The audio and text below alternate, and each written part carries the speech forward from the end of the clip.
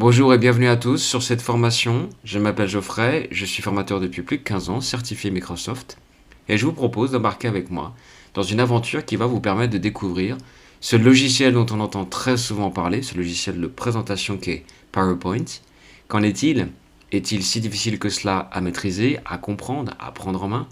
Eh bien, c'est ce que je vous propose ici de découvrir au travers de différentes thématiques, d'activités pratiques, et puis de découvrir pas à pas des différents objectifs qui au final vont vous permettre de pouvoir asseoir de véritables compétences quant à l'utilisation de ce logiciel. Et au final, les objectifs, bien évidemment, vont se complexifier pour vous amener à une autonomie quasiment totale sur le logiciel. Je vous propose de me suivre, c'est parti.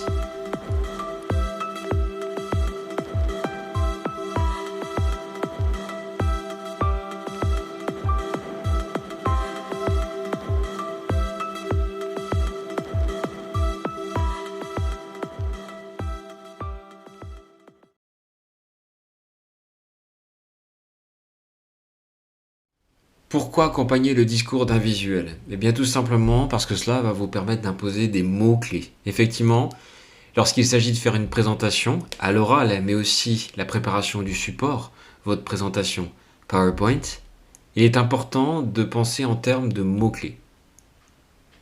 Cela va vous permettre aussi de valoriser une idée, de la mettre en exergue à l'aide d'icônes, d'images, d'animations et de mots-clés. De personnaliser votre discours, de pouvoir vous l'approprier, de faire différent de l'un de vos collègues par exemple, de dynamiser votre message effectivement parce que simplement la parole peut être rébarbatif, pourquoi pas l'accompagner d'un visuel, quelque chose qui attire l'œil et qui soutient l'attention. Cela va vous permettre aussi de synthétiser vos propos et l'idée de synthèse comme mot-clé sont des idées phares lorsqu'il s'agit de construire une présentation. Et enfin, de maintenir l'attention. Effectivement, nous sommes visuels, nous sommes des profils visuels. Il faut que notre œil soit attiré pour que notre attention soit maintenue. Un premier chiffre, qui est le suivant, entre ce que l'orateur, celui qui délivre le message, souhaite dire, sait dire, pense dire et dit, et ce que l'auditeur, moi spectateur, a écouté ou a compris, eh bien simplement 30% du contenu initial de ce que l'orateur a délivré est retenu dans le meilleur des cas.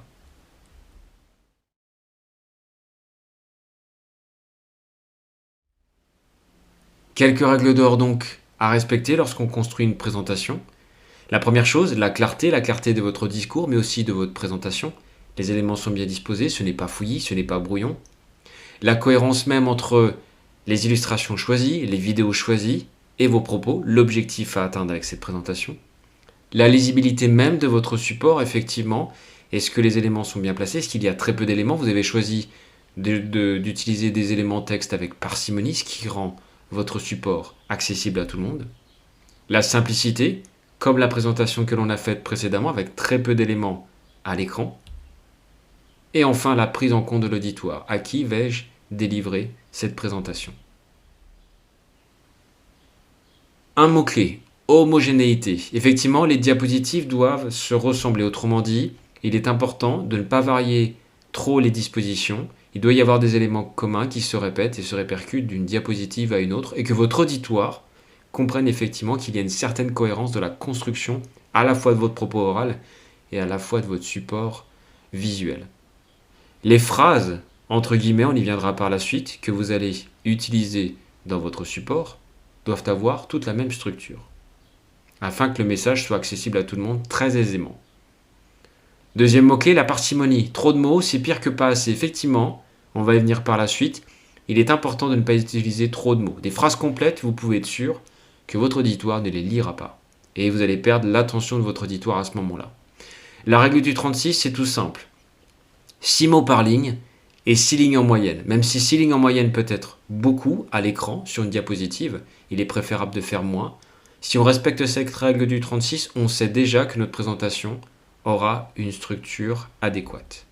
Et dernier mot-clé, c'est le mouvement. Effectivement, le sens de la lecture de la diapositive doit être facile à détecter.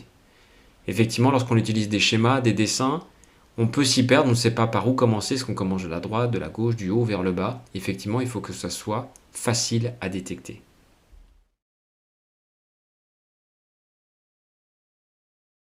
En ce qui concerne les diapositives, eh bien, chacune d'entre elles doit contenir un titre clair, délivré en quelques mots, un message essentiel qui se déclinera en 5 lignes maximum, voire 6, il serait préférable d'aller plutôt vers 5 lignes, et une image. Et cette image aura ici pour légitimité d'exister puisqu'elle viendra illustrer un propos et donc elle aura été choisie en connaissance de cause. Chaque diapositive doit contenir une seule idée et l'illustrer par un seul exemple. Si effectivement on souhaite utiliser plus d'exemples, eh bien on visera à les développer à l'oral et non pas dans notre support visuel de présentation.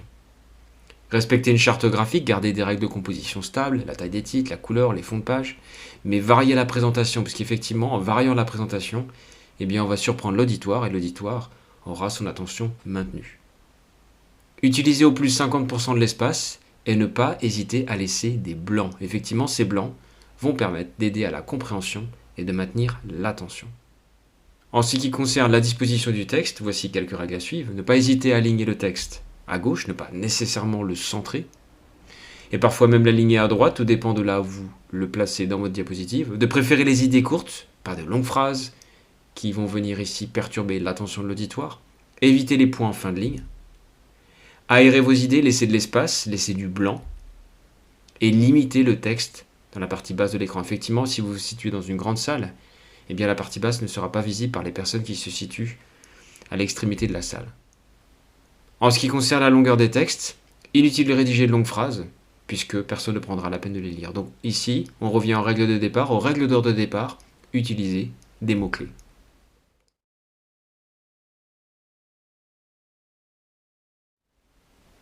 En ce qui concerne les polices de caractère, ne pas les mélanger sur une même diapositive.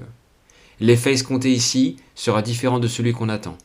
L'une des règles d'or est au maximum d'utiliser 2 polices de caractère différentes et de ne pas en mélanger plus que ça, puisque cela par la suite peut créer la confusion. En revanche, on peut jouer sur la taille de la police qui, elle, va avoir un rôle beaucoup plus important dans le maintien de l'attention et dans l'attraction que vous allez créer avec votre auditoire.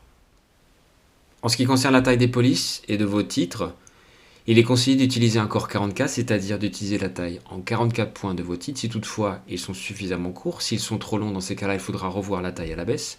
Et pour les titres de niveau inférieur, comme les titres de niveau 1, eh bien, utilisez un corps 30 points en termes de taille. Et puis jouez sur le gras et sur le maigre.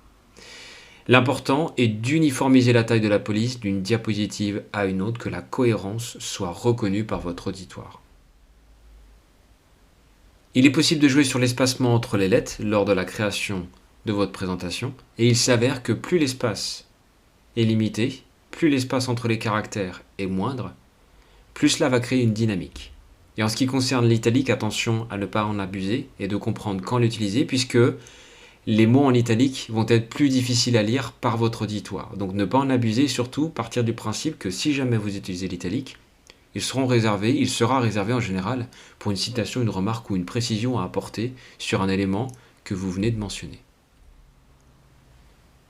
Qu'en est-il des polices de caractère ? Eh bien, il en existe des milliers. Par défaut, l'application comporte une bibliothèque déjà exhaustive de polices de caractère. On peut aller en chercher d'autres sur Internet, en télécharger et en installer d'autres.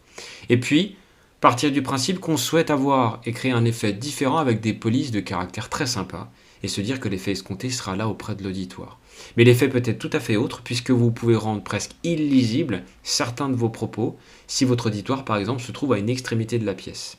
Et dans ces cas-là, effectivement, il vaut mieux opter pour une police de caractère simple, mais vous savez qu'elle sera accessible à tout le monde très très facilement. Donc ne rentrez pas dans l'effet fantaisie, dans l'effet style, privilégiez d'abord des polices de caractère lisibles. Voici les 5 règles du texte ici à respecter. Minuscules, police, taille, forme et données. Voilà les mots-clés que je vous propose. Effectivement, nous avons beaucoup plus de facilité à lire les minuscules que les majuscules.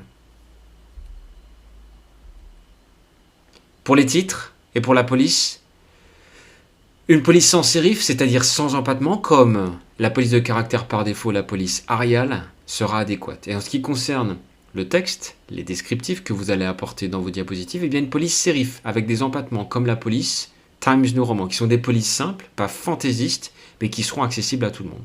Et gardez bien à l'esprit qu'il ne faut pas mélanger plus de 2 polices différentes sur une même diapositive. Les tailles 32 à 44 points pour les titres, et puis les tailles 18 à 28 pour les niveaux inférieurs. Attention à ne pas descendre en dessous, sinon sans ça, vos titres, comme vos descriptifs, ne seront pas lisibles. En ce qui concerne la forme des caractères, les styles gras, soulignés, ombrés ou encore italiques sont vraiment à utiliser avec discernement. Ces dernières formes doivent être utilisées sur des mots-clés par exemple, sur des remarques, quelque chose sur lequel vous voulez insister, mais ne pas en abuser. Et enfin, en ce qui concerne vos données, bien évidemment, on peut organiser et apporter des éléments autres, tels que des images, tels que des éléments graphiques, des vidéos, des dessins, voire même illustrer des propos à l'aide d'un tableau. Eh bien, c'est ce que je vous propose de voir par la suite, au fur et à mesure des thématiques abordées ensemble.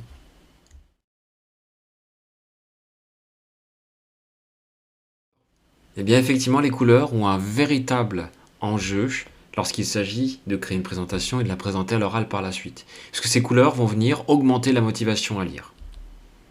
Elles vont aussi aider à structurer votre information et bien évidemment à améliorer la mémorisation de vos propos du côté de l'auditoire. Mais ce qui est important aussi de garder à l'esprit, c'est qu'il ne faut pas en abuser. 3 ou 4 maximum, noir compris, c'est-à-dire la couleur par défaut, doivent être utilisées dans votre présentation. Vos couleurs, pour qu'elles fonctionnent et qu'elles soient détectables par l'œil et par tout type de public, il faut qu'elles soient bien contrastées avec votre arrière-plan. L'idée est de préférer souvent les couleurs neutres, non pas comme celle-ci, et de préférer une alternative plutôt comme celle-ci. Donc optez pour des couleurs neutres ou des couleurs pastel, pas des couleurs ici qui peuvent devenir agressives. Et si on abordait la psychologie des couleurs, effectivement, nous avons ici l'association d'idées à partir du moment où une couleur est utilisée. Elle véhicule un message et ce message peut être à la fois positif ou bien négatif. Je vais dégager ici et évoquer simplement les valeurs positives de chacune des couleurs que l'on peut utiliser au quotidien dans nos présentations. Le bleu peut évoquer effectivement toutes ces valeurs positives comme l'harmonie, la sérénité et le calme. Le rouge, de manière positive, peut évoquer l'entrain, l'énergie, la force et l'action. Le jaune, quant à lui, peut évoquer le positivisme, l'avertissement, mais aussi l'énergie. Le vert, la générosité, l'envie, le côté environnemental. L'orange, la créativité, l'aventure, l'enthousiasme, l'équilibre. Et le noir, lui, peut effectivement véhiculer l'idée de mystère ou d'élégance, comme c'est utilisé notamment par de très grandes marques high-tech. Choisissez bien vos couleurs, pensez bien aux messages qu'elles peuvent délivrer et aux idées qu'elles peuvent véhiculer.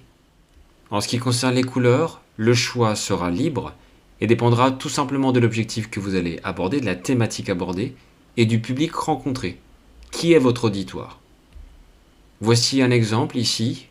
On laisse courir son imagination sur le choix des couleurs et l'alliance des couleurs en fonction d'un objectif précis, d'une thématique précise et d'un auditoire à atteindre.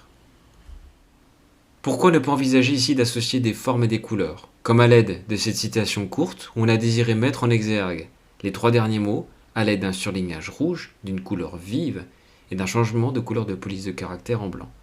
On a créé ici une force émotionnelle plus forte que les mots, et une deuxième possibilité serait ici d'utiliser par exemple une forme telle qu'un cercle, et que ce cercle permette de créer une espèce de contraste fort qui met en lumière non pas le début de la citation, mais qui met en lumière les 2 derniers mots de manière simple et efficace.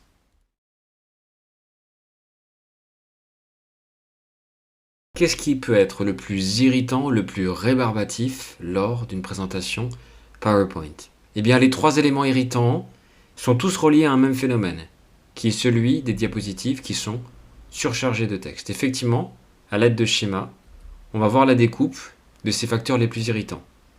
L'un des facteurs les plus irritants, effectivement, le visuel complexe. Il y a trop d'éléments sur la diapositive, je n'arrive pas à me repérer et où diriger mon attention. Les textes écrits trop petits, inaccessibles, par exemple, dans une grande salle et à un public qui serait disposé ou qui serait placé à l'extrémité de cette salle. De grandes phrases, pas de mots-clés, pas de synthétisation des idées. Et puis, lire beaucoup trop de texte. Effectivement, surchargé, je ne sais pas où placer mes yeux, je perds mon attention et je ne prendrai même pas la peine de lire la totalité des informations qui se trouvent sur cette diapositive. En guise de bilan, je vous propose ici de passer en revue différents points qui vont vous permettre de valider votre présentation et de savoir si effectivement elle répond aux différents critères qu'on a pu voir précédemment. Premier point à vérifier, j'ai utilisé un maximum de 2 polices de caractère, et en plus de ça, les polices de caractère choisies sont faciles à lire. Ce ne sont pas des polices de caractère fantaisie, j'ai privilégié la simplicité au style. J'ai utilisé le Graal italique, certes, mais je les ai utilisés avec parcimonie simplement pour mettre en emphase une citation, une remarque particulière. Troisième point à vérifier, j'ai évité les couleurs trop lumineuses, qui peuvent être et se révéler agressives, et j'ai opté pour des couleurs plus pastel par exemple. On verra par la suite comment créer des palettes de couleurs, et je vous proposerai des liens pour pouvoir le faire. J'ai utilisé des couleurs de police et d'arrière-plan qui favorisent un bon contraste. J'ai un arrière-plan foncé, j'ai privilégié une couleur de police claire, et inversement. Cinquième point à vérifier, la mise en forme de mes titres sur chacune de mes diapositives est très uniforme, en termes de taille, de forme, d'emplacement, de couleur, etc. Et dernier point à vérifier, j'ai utilisé des éléments graphiques comme des vidéos, comme des images, comme des icônes, et ces éléments graphiques sont des éléments de qualité.